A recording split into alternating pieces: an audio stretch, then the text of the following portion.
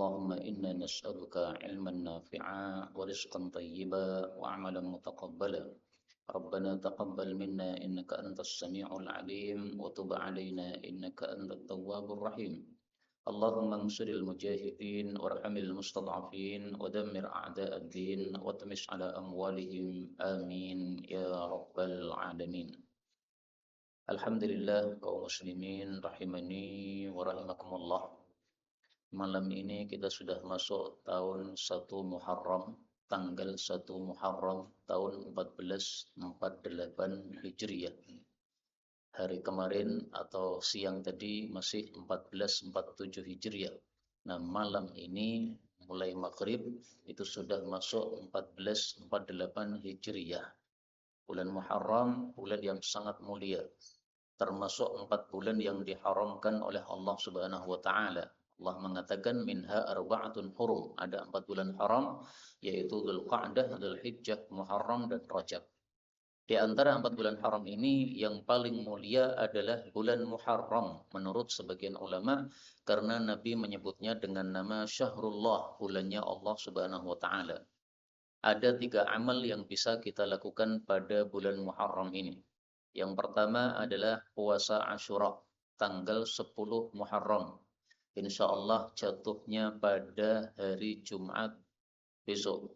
Besoknya lagi ya, bukan besok yang besok itu, tapi depannya lagi.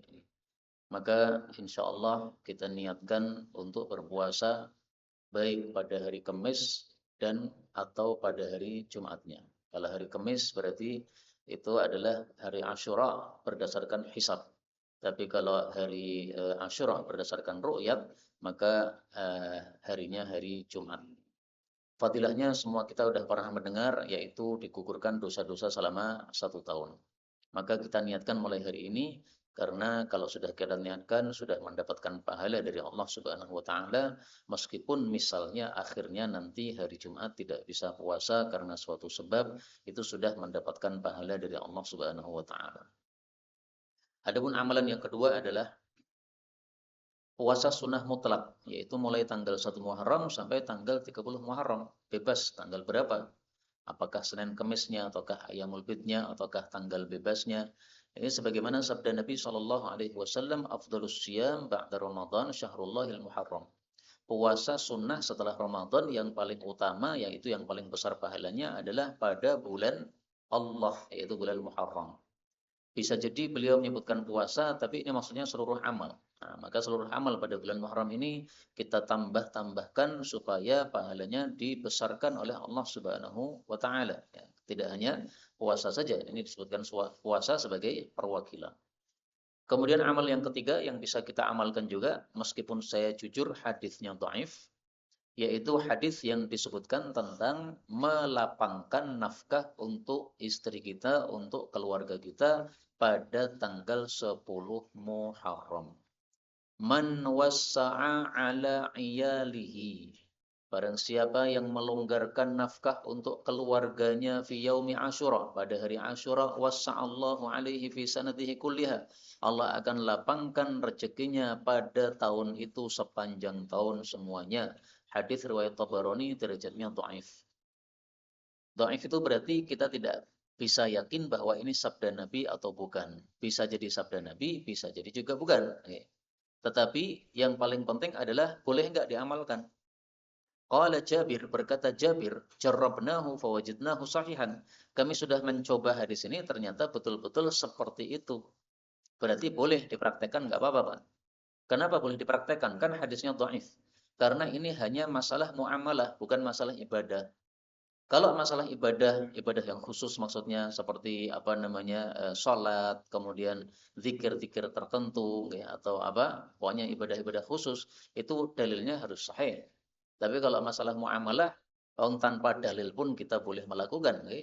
Apalagi ada dalilnya meskipun dhaif tadi. Karena itu silahkan hadis ini diamalkan, tidak masalah. Berkata Ibnu Uyainah, jarrabnahu khamsina au sittina sanah. Kami sudah mencoba hadis ini sepanjang 50 atau 60 tahun. Berarti sepanjang hidup dia ya sudah dipraktekkan, ternyata mujarrabun lil barakah, betul-betul mujarrab dibarokai oleh Allah Subhanahu wa taala. Secara nalarnya bisa diterima, Pak. Kenapa? Karena dari 1 tahun itu kan ada hari-hari mulia. Nah, salah satu dari hari-hari mulia itu adalah hari Asyura. Maka kalau hari Asyura kita melapangkan nafkah kepada keluarga, kan Allah sudah membalas setimpal. Allah mengatakan apa namanya? Wa ma anfaqtum min syai'in fahuwa yukhlifuh. Apapun yang kalian nafkahkan Allah akan beri ganti. Nah, maka kita nafkahkan pada tanggal 10 Asyura lebih longgar daripada yang lain, pada hari-hari yang lain. Allah balas, tapi balasnya sepanjang tahun, kan masuk akal secara nalar. Karena apa? Kita melakukannya pada hari yang mulia, yang sangat mulia. Dan Allah itu biasanya kalau membalas itu balasannya adalah berlipat-lipat. Jadi prakteknya gimana? Nah, anggaplah misalnya setiap hari istri kita kasih nafkah 50.000. Nah, maka hari Asyura didobelkan 2 kali 100.000. Biasanya sehari 100.000, nah, dobelkan 200.000. Misalnya begitu ya. Itu cara gampangnya untuk memberikan contoh melonggarkan nafkah pada keluarga pada hari Asyura. Ya, riwayatnya riwayat Tabarani, derajatnya dhaif, tetapi para ulama mengatakan mujarrab, bisa dipraktekkan. Ini sebagai mukaddimah Bapak Ibu rahimani wa rahimakumullah. 6 menit saya bicara mukaddimah sebelum kita melanjutkan pengajian hadis dari kitab Sunan At-Tirmidzi. Berikutnya kita lanjutkan. Kitab Sunan At-Tirmidzi kita sudah sampai pada hadis 3329. Ini satu hadis yang menafsirkan tentang babun wa min suratil qiyamah. Tafsir untuk surat Al-Qiyamah. Surat Al-Qiyamah disebut kiamat itu karena adanya cerita-cerita, berita-berita tentang hari kiamat pada surat ini. Dan kiamat itu namanya dalam Al-Quran sangat banyak. Ada banyak surat Al-Quran yang merupakan nama kiamat. Misalnya, Al-Qari'ah itu kiamat, Al-Waqi'ah itu kiamat, Al-Haqqah itu kiamat. Dan masih banyak lagi nama-nama kiamat, At-Tamatul Kubro dan sebagainya, itu adalah nama-nama kiamat. Kenapa nama kiamat dibuat banyak oleh Allah? Karena konsepnya orang-orang Arab adalah perkara yang besar itu dikasih nama yang banyak. Nah, maka turunnya Quran ini kepada orang-orang Arab sesuai dengan konsep mereka sehingga dikasih nama dengan nama yang banyak oleh Allah Subhanahu wa taala. Berarti ini masalah yang penting.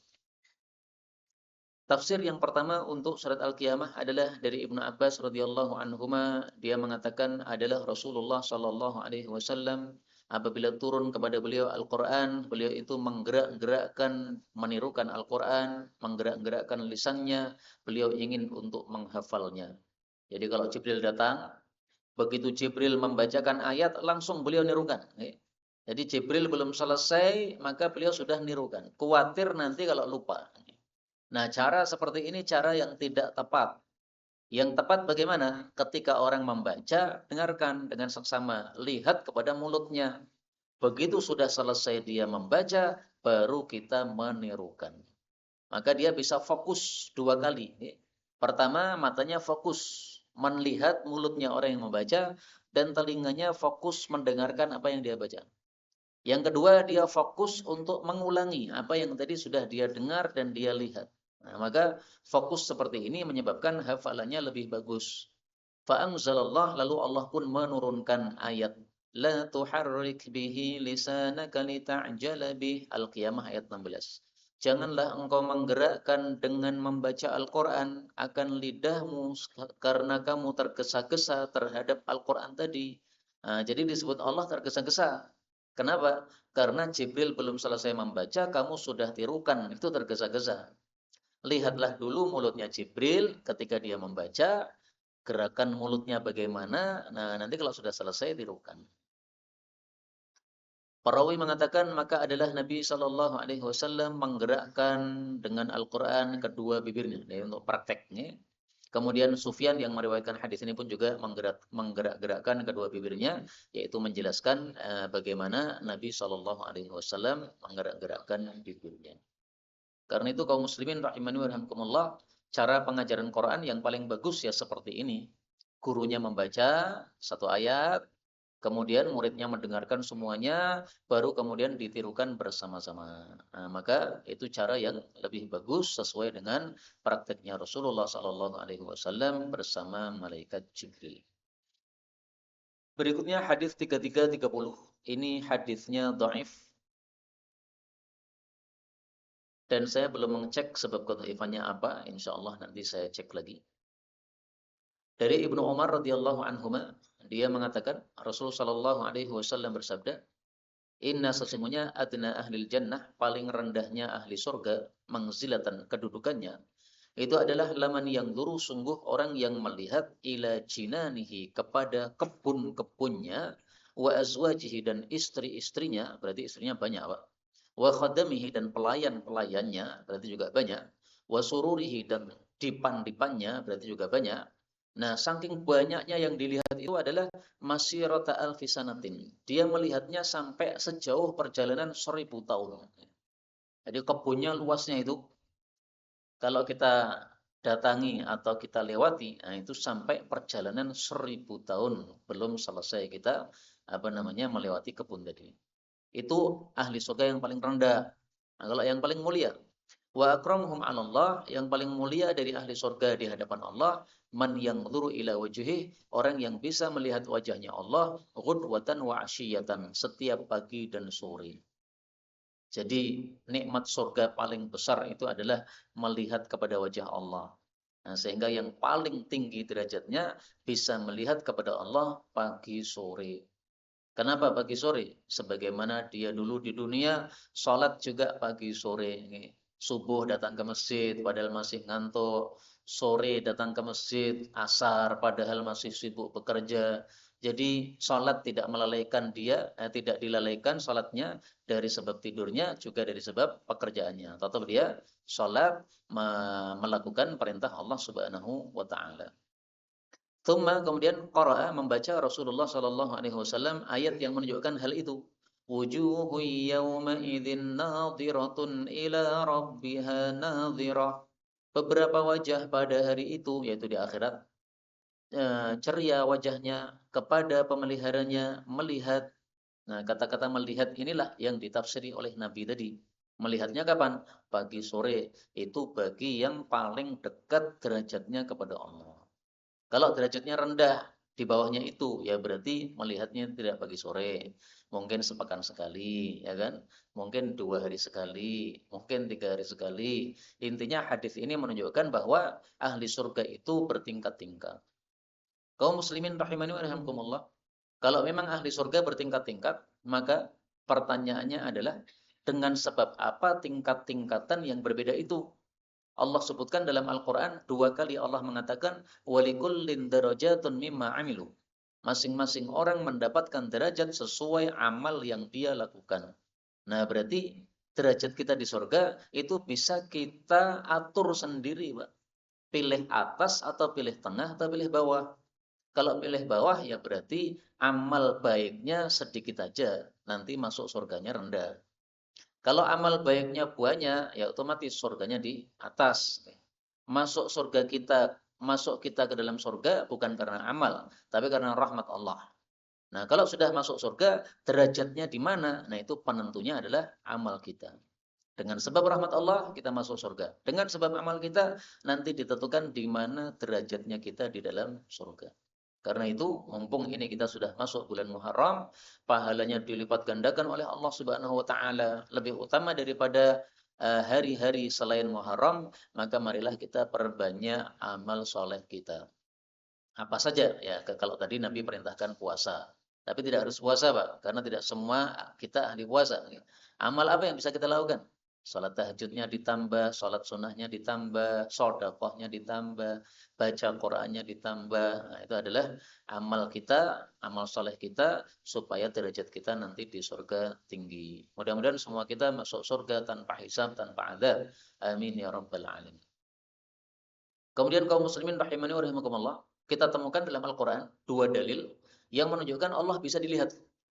Yang pertama adalah ini tadi, surat Al-Qiyamah ayat 23, sangat jelas mengatakan melihat kepada wajah Allah. Dalil yang kedua kita temukan di dalam surat Al-Mutaffifin. Allah mengatakan pada ayat 15, kalla innahum ar-rabbihim yawma idzil lamahjubun. Orang-orang kafir pada hari itu di akhirat mereka terhijab, tidak bisa melihat Allah. Nah, kata Imam Syafi'i, kalau orang kafir terhijab tidak bisa melihat Allah, berarti sebaliknya orang beriman tidak terhijab. Karena terhijab ini siksa, Pak. Nah, kalau orang beriman terhijab juga, berarti sama dong nasibnya dengan orang-orang kafir. Padahal orang kafir dengan orang beriman itu di akhirat nasibnya berbeda. Satunya sengsara, satunya bahagia. Nah, satunya sengsaranya itu salah satunya terhijab tidak bisa melihat Allah, berarti satunya bahagia karena bisa melihat Allah Subhanahu wa taala. Maka ada dua dalil minimal yang kita temukan dalam Al-Qur'an bahwa Allah bisa dilihat, tapi nunggu nanti di akhirat. Kalau di dunia nggak bakal bisa. Karena Allah sudah mengatakan kepada Nabi Musa, lan tarani, kamu nggak bakal melihat saya. Padahal yang tanya, yang minta itu Nabi Musa. Nabi Musa adalah kalimullah, orang yang diajak bicara langsung oleh Allah, mendengar suara Allah. Tapi untuk melihat Allah, kata Allah, lan tarani, nggak bakal bisa kamu melihat. Kemudian dalam hadis ini tidak disebutkan berapa jumlah istrinya, berapa jumlah pelayannya. Tapi saya temukan dalam hadis yang sahih bahwasanya setiap orang yang masuk surga itu dia mendapatkan zaujatahu, kedua istri dari hurin in, dari penghuni surga. Nah, maka minimalnya adalah istrinya ada dua.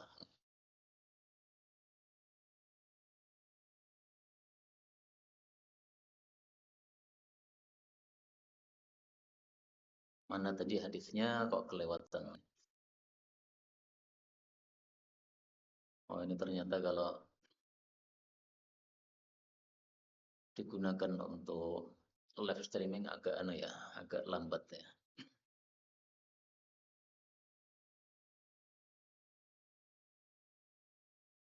Ya, ada satu hadis mengatakan, hadis yang sahih, inna adna ahlil jannah, sesungguhnya orang yang paling rendah dari kalangan ahli surga, itu adalah yadkhulu alaihi zaujatahu minal hurin in.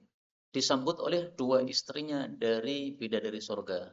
Kemudian kedua istrinya tadi mengatakan, Alhamdulillah yang sudah menghidupkan engkau untuk kami dan menghidupkan kami untuk engkau.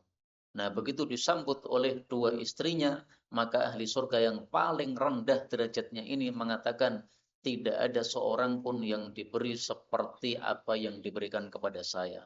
Dia merasa bahwa nikmatnya itu paling besar, Pak. Padahal itu adalah surga paling rendah, disambut oleh dua bidadari surga. Nah, itu yang paling rendah, yang paling tinggi ya pasti bidadarinya atau istrinya lebih banyak lagi. Maka dalam riwayat yang lain ada 72 bidadari surga dan sebagainya. Adapun tentang jumlahnya pelayan, ini saya belum menemukan hadis yang sahih. Saya hanya menemukan hadis yang dhaif, riwayat Tirmidzi juga, samanuna alfa khadim. Ada 80.000 pelayan. Di satu orang dilayani oleh 80.000 pelayan. Tapi sayangnya ya, hadisnya derajatnya dhaif, meskipun ada juga yang mensahihkan yaitu Imam Diya. Baik, berikutnya kita masuk surat baru, babun wa min surati Abasa, tafsir untuk surat Abasa.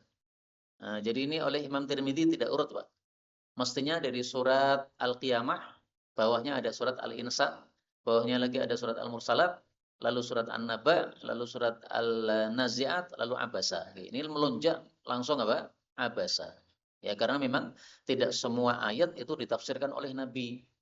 Kenapa tidak semua ayat ditafsirkan oleh Nabi? Ya karena ayat-ayatnya sudah jelas. Orang Arab dengan bahasa Arab mereka mendengar ayat itu sudah paham, nggak perlu tanya lagi. Nah, ayat-ayat yang belum jelas dijelaskan oleh Rasulullah Sallallahu Alaihi Wasallam. Sekarang tafsir surat Abasa. Abasa itu artinya bermuka masam. Nah, kisahnya apa kok disebut tafsir bermuka masam? Ya, surat bermuka masam. Hadis 3331. Dari Aisyah dia mengatakan, telah diturunkan surat Abasa wa Tawalla, telah bermuka masam dan berpaling. Itu fi Ibni Ummi Maktum, dalam kasusnya Ibnu Ummi Maktum yang dia itu buta. Ibnu Ummi Maktum ini ada dua pendapat, ada yang mengatakan namanya Abdullah, ada yang mengatakan namanya Amr. Bisa jadi memang satu orang dua nama, karena biasa di masa bangsa Arab dulu ada satu orang itu namanya beberapa nama, ya seperti kita juga sekarang kadang-kadang ada beberapa nama. Dia datang kepada Rasul Shallallahu Alaihi Wasallam, kemudian berkata, wahai Rasulullah, berilah petunjuk kepada saya. Maksudnya apa? Saya ini pengen ngaji kepada engkau. Tolong saya dikasih ilmu, ditambahi ilmu. Nah, waktu itu di hadapan Rasul Shallallahu Alaihi Wasallam ada seorang laki-laki yang lain dari tokoh-tokoh pembesar-pembesar orang kafir. Maka Rasul Shallallahu Alaihi Wasallam berpaling dari Abdullah bin Umi Maktum, padahal dia seorang Muslim, malah Nabi menghadap kepada si tokoh kafir tadi. Nah, maka ditegur oleh Allah dengan ayat abasa wa tawalla. Nabi Muhammad bermuka masam ketika melihat Abdullah bin Umi Maktum datang dan dia berpaling melengos, tidak menghadap kepadanya tapi malah menghadap kepada si kafir tadi. Nah, ini adalah satu kesalahan dari Nabi yang ditegur oleh Allah. Tapi sebenarnya nggak sampai dosa, Pak. Kenapa nggak sampai dosa? Karena Nabi sedang sibuk, ada tamu, tiba-tiba ada orang datang nyerondol mengatakan, tolong saya diajari. Nah, kan nggak pantas seperti itu. Tapi Abdullah yang buta tadi juga nggak salah. Dia buta, kan nggak melihat kalau ada tamu. Jadi dia datang dikira tidak ada siapa-siapa, maka dia langsung ngomong kepada Nabi. Seandainya ada tamu, tahu ada tamu, pasti dia akan menunggu dulu tamunya selesai. Nah, Rasulullah di sini ditegur oleh Allah. Kenapa kamu malah menghadap kepada si kafir, kamu malah berpaling dari orang yang muslim. Orang muslim tadi miskin, kamu berpaling darinya. Sementara si kafir tadi kaya, kamu menghadap kepadanya. Apakah karena kayanya atau bagaimana ini? Nah, ditegur oleh Allah Subhanahu wa taala. Sebenarnya Rasulullah berpaling dari Ibnu Ummi Maktum bermuka masam itu wajar ya. Wajarnya pertama tadi ya, karena beliau sedang sibuk dengan tamu, tiba-tiba diserondoli atau diganggu oleh orang yang lain. Yang kedua, beliau ini sedang bicara dengan tokoh kafir.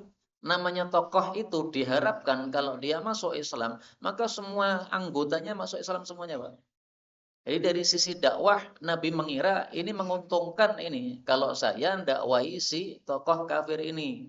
Kalau dia setuju untuk masuk Islam, wah pastilah nanti ya. Seperti kalau seorang pejabat nih, punya jabatan, dia paham agama, pasti anggota-anggotanya akan diatur dengan agama tadi. Nah, kemudian Rasulullah mengatakan kepada si kafir tadi, "Ataro bima aqulu ba'san?" Apakah kamu melihat ada kesempitan di dalam ucapan saya? Maksudnya, saya tadi sudah menjelaskan kepada kamu tentang dakwah tauhid mengesahkan Allah. Apakah kamu sumpek untuk mendengar dakwah tadi? Ya. Maka dia mengatakan, la, tidak. Dalam riwayat yang lain, dia mengatakan, la wad dima. Tidak, demi arca-arca. Dia mengatakan tidak, tapi mengatakan demi arca. Ini ngalor ngidul. Nabi sudah menjelaskan tentang apa? Tauhid mengisahkan Allah, malah dia mengatakan demi arca-arca. Padahal arca-arca itu kan disembah selain Allah Subhanahu wa taala. Itu bertentangan dengan tauhid. Nah, dalam kasus itulah diturunkan ayat ini tadi. Maka dalam riwayat yang lain dikatakan telah diturunkan surat Abasa wa Tawalla dalam kasusnya Ibnu Ummi Maktum radhiyallahu taala anhu. Karena itu kaum muslimin rahimakumullah, dari hadis ini diambil pelajaran bahwasanya Rasulullah itu manusia biasa. Namanya manusia biasa, bisa nggak salah? Bisa. Jadi Rasulullah salah itu bisa, Pak. Loh katanya Nabi itu maksum, betul, maksum, terjaga. Tapi bukan terjaga dari kesalahan. Terjaga dari perbuatan dosa. Itu pun dosa besar menurut mayoritas ulama. Nah, kalau dalam kasus ini bukan dosa. Ini hanya satu kesalahan saja. Engkau mengira bahwasanya berpaling dari Abdullah bin Umi Maktum mengharapkan bahwa si tamu yang kafir tadi, yang tokoh tadi masuk Islam itu lebih berjasa, lebih beruntung untuk dakwahmu. Nah, itu adalah satu pemikiran yang tidak benar. Karena hidayah itu di tangan Allah, Pak. Hidayah itu ada di tangan Allah Subhanahu wa taala. Rata-rata pengikut para nabi sejak dulu itu adalah orang-orang miskin. Sehingga tidak usah berpaling dari orang miskin tadi. Ada tamu datang ya disambut saja, ahlan wa sahlan, selamat datang, ayo ngaji bareng. Nah, adapun si kafir tadi memang dia itu maunya ngaji sama Nabi tapi ngaji khusus. Kalau digabungkan dengan orang miskin, mereka tidak mau. Nah, itulah yang menyebabkan Nabi ketika didatangi oleh si miskin tadi, beliau bermuka masam. Ini tafsirnya ahli sunnah bagi. Nah, orang-orang Syiah mereka mengatakan tidak mungkin Nabi Muhammad bermuka masam, kamu itu kurang ngajar sama Nabi Muhammad. Nah, itu keyakinan orang-orang Syiah. Tapi kita meyakini bahwasanya yang bermuka masam ini betul-betul Nabi Muhammad SAW sesuai hadis yang kita riwayatkan kita temukan dalam hadis-hadis kitab-kitab hadis yang kita riwayatkan ini. Tidak ada masalah Nabi bermuka masam itu, ya. Itu bukan satu dosa, itu hanya satu kesalahan atau kekurangan yang menyebabkan Allah menegur beliau Nabi Muhammad sallallahu alaihi wasallam. Berikutnya hadis 3332 dari Ibnu Abbas radhiyallahu anhuma, Nabi sallallahu alaihi wasallam bersabda, "Tuhsyarun, kalian akan dikumpulkan yaitu di padang mahsyar, hufatan dalam keadaan tanpa sandal, cekeran, uratan dalam keadaan tanpa baju, ghurlan dalam keadaan belum tetak." Ghurlan itu orang yang masih memiliki ghurlah. Ghurlah itu kulit yang menutupi bagian ujung zakar. Jadi kulitnya masih utuh. Dan ini kondisi kita di padang mahsyar seperti itu, tidak pakai sandal, tidak pakai baju, masih utuh kulit zakarnya. Itu sesuai dengan kalam Allah dalam Al-Qur'an surat Al-Anbiya ayat 104. Allah mengatakan kama bada'na awwala khalqin nu'iduh. Kami akan mengembalikan kalian wahai manusia hidup kembali persis seperti kami dulu ketika memulai kamu hidup. Kita hidup dulu ketika keluar dari perut ibu kita kan kondisinya begini, Pak. Tanpa baju, ya kan? Tanpa sandal, ya kan? Dan masih belum tetap. Karena itulah riwayat bahwasanya Nabi Muhammad sallallahu alaihi wasallam ketika lahir sudah dalam kondisi sudah tetap, itu bertentangan dengan ayat ini. Ada hadis-hadis memang mengatakan, ya, Nabi Muhammad lahir dalam keadaan maftunan, sudah ditetak, tapi hadis-hadisnya dhaif. Nah, kalau dhaif tidak bisa diyakini kebenarannya. Adapun yang yakin benar ini tadi, ya, semua manusia lahir itu ya masih dalam kondisi belum tetak.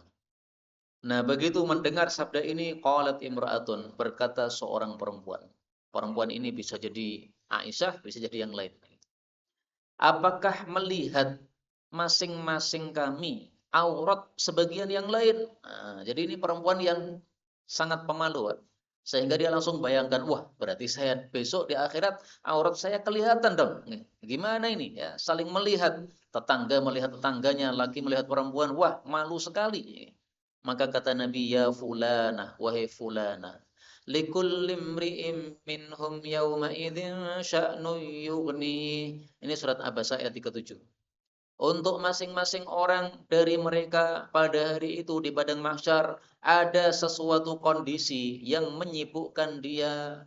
Jadi maksudnya masing-masing kita sibuk dengan dirinya sendiri sehingga nggak sempat melihat orang lain.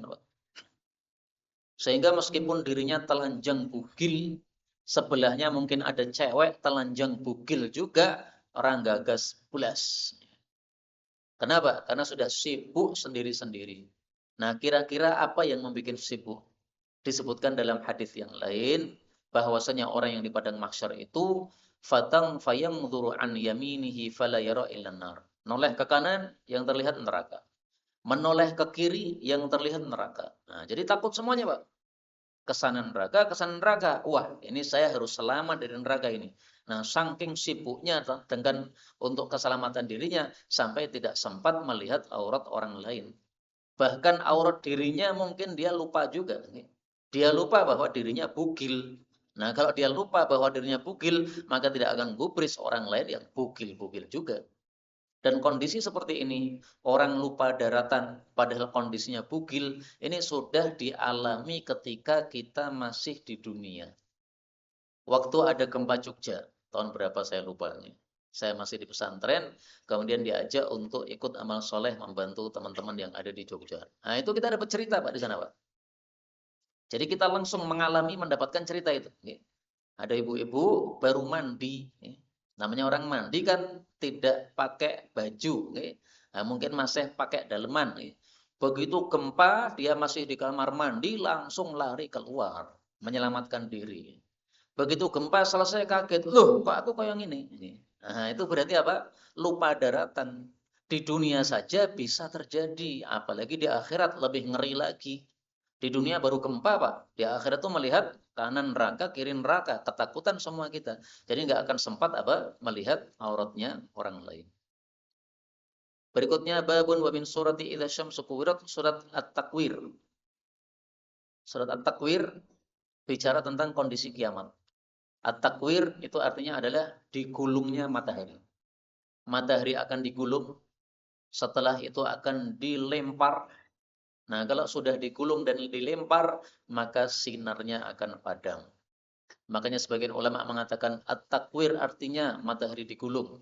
Sebagian mengatakan at-takwir artinya matahari dilempar. Sebagian mengatakan at-takwir artinya matahari dipadamkan sinarnya. Itu semua terjemahannya tidak ada yang salah.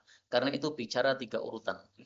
Urutan pertama digulung, urutan kedua dilempar oleh Allah Subhanahu wa taala, urutan ketiga mati sinarnya, padam sinarnya, enggak ada sinarnya lagi. Maka diterjemahkan tiga-tiganya bebas.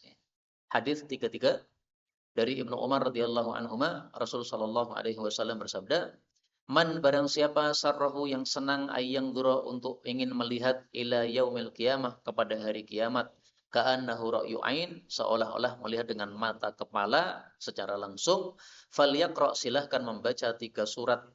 Yang pertama, idza syamsu kuwirat, apabila matahari digulung. Yang kedua, idza sama'un fatarat, apabila langit itu pecah.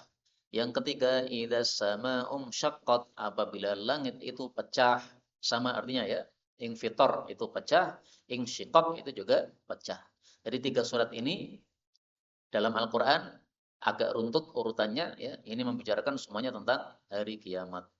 Dan inilah surat-surat yang menyebabkan Nabi itu muncul ubannya. Sebagaimana dalam hadis yang sahih beliau mengatakan syayyabatni hudun wa akhawatuha minal mufassal. Yang membuat saya beruban ini adalah karena membaca surat Hud dan membaca surat-surat mufassal, surat-surat pendek yang bicara tentang kiamat ini. Surat Hud tidak bicara kiamat, tapi di situ ada perintah yang sangat berat, saking beratnya membebani Nabi sampai muncul ubannya. Apa perintahnya itu? Yaitu Allah mengatakan fastaqim kama umirta. Kamu istiqomahlah wahai Nabi Muhammad sallallahu alaihi wasallam. Nah, perintah istiqomah kan berat, Pak. Manusia kan punya syahwat, sementara dia disuruh istiqomah lurus terus di dalam ketaatan kepada Allah, enggak nolah-noleh melakukan maksiat. Nah, apa bisa kita seperti itu? Ya, enggak akan bisa secara total, enggak akan bisa ya. Tetap saja kadang-kadang manusia itu terkalahkan oleh syahwatnya. Tetapi marilah kita berusaha untuk menjadi orang yang bisa menguasai syahwat kita. Kaum muslimin rahimani wa rahimakumullah, untuk surat At-Takwir hanya ada 1 hadis. Berikutnya babun wa min surati wailul lil mutaffifin. Tafsir untuk surat Al-Mutaffifin disebut juga surat At-Tatfif. Wailun itu artinya kebinasaan.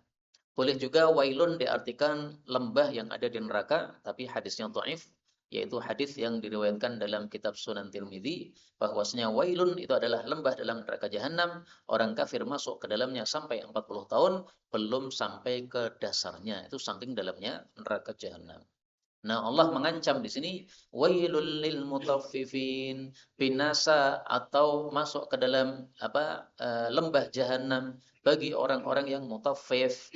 Mutaffif itu adalah orang yang mengurangi haknya orang lain. Jadi misalnya hak mereka 1.000 dikasihkan 900, dikorupsi 100 rupiah, itu namanya mutaffifin, Pak. Maka para koruptor itu termasuk para mutaffifin, pasti mereka masuk neraka, pasti. Kalau di dunia tidak ketangkep, maka pasti di akhirat ketangkep oleh Allah Subhanahu wa taala. Dan para koruptor-koruptor itu mestinya dikasih pelajaran yang membuat orang lain kapok. Sehingga fatwa Imam Malik yang saya pakai dalam masalah mengatasi koruptor, kata Imam Malik, boleh seorang pemimpin, presiden misalnya, menghukum para koruptor yang sangat bejat, yang merugikan banyak orang dengan kerugian yang banyak, dibunuh dengan cara ditakzir, dihukum dengan cara dibunuh. Penggal lehernya, kemudian setelah itu digantungkan, ditaruh di televisi ya, semua rakyat bisa melihat. Nah, supaya yang lain ketakutan, Pak, tidak akan berani lagi korupsi. Tapi kalau masuk penjara tok, habis itu keluar lagi, sementara uang korupsinya sudah dia nikmati, ya masih banyak yang tidak kapok. Akhirnya korupsi berjalan terus. Kenapa tidak dilakukan apa? Hukuman yang setimpal untuk mereka. Mestinya itu dibunuh mestinya sebagaimana fatwa Imam Malik rahimahullah tadi. Berikutnya 3334 dari Abu Hurairah radhiyallahu anhu, Rasulullah sallallahu alaihi wasallam bersabda, "Innal 'abda sesungguhnya seorang hamba idza akhta'a khati'ah jika melakukan satu perbuatan dosa, nukitat fi qalbihi dititik pada hatinya nuktatun sauda, titik hitam." Jadi ternyata dosa itu ada efeknya pada hati, Pak. Meskipun kita tidak melihat ya. Titik eneng di raketo, memang di dalam tubuh kita nggak kelihatan. Ya. Tapi Nabi sudah bersabda berarti kita harus percaya. Hanya saja memang ada dua pendapat.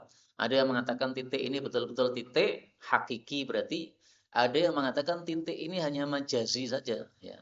Jadi seolah-olah ada titik. Artinya ada perubahan dalam hati kita. Yang mestinya mudah untuk berbuat baik. Jadi susah untuk berbuat baik. Gara-gara dosa tadi. Nah, disebut dengan kata-kata titik. Fa'idha huwa naza'a. Kalau dia itu mencabut dirinya dari perbuatan maksiat tadi, wastaghfara dan dia istighfar kepada Allah, mengucapkan astagfirullah, wa taba dan dia tobat itu kembali kepada Allah, sukila qalbuh, maka hatinya akan jernih lagi. Jadi begitu tobat, maka titik hitamnya hilang. Maka titik hitam dari sebab perbuatan dosa bisa dihilangkan dengan taubat. Tobat itu bagaimana? Satu, lepaskan diri dari perbuatan maksiat tadi. Kalau mengatakan astagfirullah tapi masih lanjut, nah itu namanya enggak tobat, Pak. Yang kedua, dia nyesal. Nah, buktinya menyesal dia mengucapkan astagfirullah. Saya minta ampun kepada Allah. Nah, ini bentuk penyesalan dia. Kemudian yang ketiga, dia tobat. Tobat itu kembali. Kembali artinya kembali ke jalan yang benar. Kalau dulu misalnya kerja haram, misalnya apa namanya, kerja dengan cara judi ya, dia bisnis judi, judi online misalnya, maka dia kemudian kembali kepada yang jalan yang benar ya, bisnislah bisnis yang halal, jangan bisnis judi. Nah, kalau sudah kembali seperti itu maka hatinya jadi bersih lagi. Wa in ada, kalau dia mengulangi perbuatan dosanya, zida fiha, ditambahlah pada titiknya tadi, hatta ta'luwa qalbuh, sampai titiknya itu menyelimuti hatinya. Nah, kalau sudah menyelimuti hatinya, berarti apa? Hatinya hitam total gelap gulita. Kalau sudah gelap gulita, bagaimana Pak efeknya, Pak? Orang yang sudah hatinya gelap gulita, saking banyaknya perbuatan maksiat dan dia nggak pernah tobat, maka hidayah masuk itu nggak bisa, mental. Seperti misalnya kalau ada gelas yang isinya sudah air kotor, mau kita tambahi air seberapa pun ya tetap akan hitam airnya tadi karena sejak awal sudah kotor. Tapi kalau dibersihkan dulu, maka dikasih air putih dia akan menjadi putih juga. Wahwa dan itu adalah ar-ron. Kata-kata ron yang disebutkan oleh Allah dalam Al-Quran. Kalla bal rona ala qulubihim ma kanu yaksibun. Bahkan rona menutupi ala qulubihim atas hati-hati mereka maka nu yaksibun apa yang mereka dulu sudah lakukan yaitu perbuatan maksiat. Di perbuatan maksiat menyebabkan hatinya ron, hatinya tertutup penuh full dengan hitam gara-gara dia tidak mau bertobat sama sekali. Maka hatinya orang-orang kafir itu hati yang ron, hati yang sudah hitam gelap gulita. Makanya susah dikasih hidayah, kasih petunjuk. Meskipun kalau Allah kasih hidayah, Allah menetapkan hidayah, bisa ya. Tapi kenapa seringnya orang-orang yang sudah bertahun-tahun kafir itu susah untuk dapat hidayah? Ya karena sudah terlanjur ron tadi, sudah terlanjur hitam tadi. Tapi kalau Allah berikan hidayah, masih tetap bisa mendapatkan hidayah. Mudah-mudahan semua keluarga kita mendapatkan hidayah, termasuk kita semuanya, sampai kita masuk surga tanpa hisab, tanpa adab. Amin ya rabbal alamin. Kaum muslimin rahimani wa rahimakumullah, dari sisi bacaan Quran, kata-kata ron itu boleh dibaca dua. Boleh dibaca rona, fathah. Boleh dibaca rena, imalah. Seperti wadduha boleh dibaca wadduhe. Nah, barrona, barrena boleh. Kemudian setelah bal itu boleh berhenti, boleh tidak. Kalau kita di Indonesia kan membaca Quran dengan riwayat hafaz. Kalla bal disuruh berhenti. Berhentinya seperti saktah ya. Seperti tumak nina ya, sejenak kemudian tanpa bernafas. Jadi kira-kira 2 ketukan ya, berhenti tanpa nafas. Kalla bal rana. Boleh juga sambung. Nah, kalau sambung berarti idgham berrana. Lamnya hilang menjadi ra. Dua bacaan semuanya benar, itu semuanya adalah qiraah mutawatirah. Kita tambah satu hadis lagi, 3335. Ibnu Umar radhiyallahu anhuma mengatakan, dan kata Hamad bahwa perkataan Ibnu Umar ini adalah marfu'. Marfu' itu sabda Nabi sallallahu alaihi wasallam. Yauma yaqumun nasu lirabbil alamin. Ingatlah pada hari manusia semuanya ini bangkit menghadap kepada pemelihara seluruh alam. Ini surat Al-Mutaffifin ayat 6. Nah, oleh Ibnu Umar ditafsirkan, yaqumuna, orang-orang berdiri pada waktu itu di padang mahsyar, firrasyahi, pada keringat-keringat, keringatnya masing-masing. Ila ansafi adanihim, sampai ke tengah-tengahnya telinga. Kenapa, Pak? Karena saking panasnya padang mahsyar. Kenapa panas? Karena matahari didekatkan di atas kepala kita. Dalam satu riwayat dikatakan bahwa matahari dekatnya dengan kepala itu 1 mil. 1 mil itu 1,5 kilo. Ada juga yang mengatakan 1 mil itu adalah 1 gagang celak. Orang bercelak kan pakai gagang nih, dimasukkan dalam celak, kemudian gagangnya dicelakkan, dioleskan di mata. Nah, gagang celak itu disebut mil. Maka dalam bahasa Arab kata-kata mil itu ada 2 makna. Makna pertama 1 mil 1,5 kilo. Matahari 1,5 kilo di atas kepala kita. Betapa panasnya, Pak. Karena dari sini, dari bumi sampai ke matahari ini kan sudah berjuta-juta kilo itu kan. Itu kita masih merasa panas kan. Nah, apalagi cuma 1,5 kilo.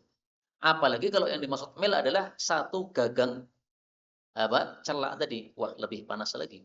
Nah, maka semua orang berkucuran keringatnya. Tapi masing-masing orang beda-beda, Pak. Di sini hanya dikatakan sampai ke tengah telinga. Ini tapi sebenarnya tidak semua orang. Ada yang sampai ke dada, ada yang sampai ke panggul, ada yang sampai ke lutut, ada yang sampai ke polok. Nah, itu semuanya masing-masing tergantung amal kita. Semakin banyak amal jeleknya, semakin banyak keringatnya, dia akan terendam dalam keringatnya sendiri. Karena itu siapa yang pengen terendam dalam keringatnya besok di padang mahsyar sampai nggak bisa bernapas, silahkan lanjutkan perbuatan dosa, perbuatan maksiat, pasti nanti akan banyak keringatnya. Na'udzubillahi min syarri dzalik. Nah, pertanyaannya di sini, ini kan perkataan Ibnu Umar, kenapa kok dianggap oleh perawi sebagai sabda Nabi? Kok bisa? Pertama, karena ini bicara masalah gaib. Masalah gaib itu tidak mungkin pendapat sahabat Nabi mengatakan sendiri, nggak mungkin. Pasti sahabat Nabi itu dapatnya dari Nabi. Karena perkara gaib itu sumbernya dari wahyu. Yang kedua, karena ternyata ada riwayat, yaitu riwayat berikutnya 3336, bahwasanya Ibnu Umar menyampaikan hadis tadi dari sabda Nabi Shallallahu Alaihi Wasallam. Nabi yang bersabda, yaqumu ahaduhum firrashi ila amsafi audunai. Berdirilah salah satu dari mereka di dalam keringatnya sendiri sampai ke tengah-tengah telinganya. Nah, berarti yang berdiri di tengah sampai ke keringatnya sampai ke tengah telinga itu tidak semua orang, tapi ahaduhum, ya, salah satu dari mereka, artinya ada di antara mereka yang seperti itu. Nah, mudah-mudahan kita semuanya dengan sebab kita meninggalkan kemaksiatan-kemaksiatan dan memperbanyak amal soleh, mudah-mudahan semua kita keringatnya sedikit-sedikit. Amin ya rabbal alamin. Inilah yang dapat kita pelajari pada pertemuan kali ini. Betul dari Allah, kalaupun ada salahnya fastaghfirullah azim li wa lakum walhamdulillahi rabbil alamin.